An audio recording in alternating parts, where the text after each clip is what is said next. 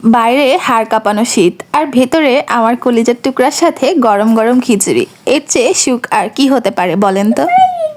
এই শীতের মধ্যে সকালের নাস্তায় ছিল গরম গরম খিচুড়ি সাথে ডিম ভাজি। তো আমরা একটা ডিম ভেজে দুজন ভাগ করে খাবো, আরেকটা ডিম ভাজি করে নিচ্ছিলাম। এইটা হচ্ছে আমার আম্মুর জন্য, যদিও বা আমার আম্মু পরে খাবে। যাই হোক, লবণ টবণ নিচে রাখা থাকে, তো সেগুলো নিচ থেকে নিয়ে সুন্দর করে ডিমের মধ্যে মিশিয়ে নিয়েছিলাম। আর এখানে ডিমগুলো উল্টে পাল্টে লাল লাল করে ভেজে নিচ্ছি।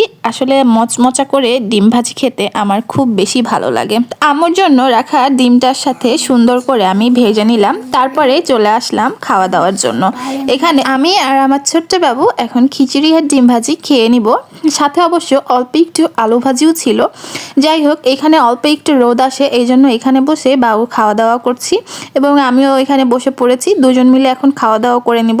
আর আজকে সকালে আপনারা কি দিয়ে নাস্তা করেছেন সেটা অবশ্যই আমাদেরকে জানাতে ভুলবেন না কিন্তু। আসলে আমাদের এই খিচুড়ি আর ডিম ভাজি অনেক বেশি পছন্দ।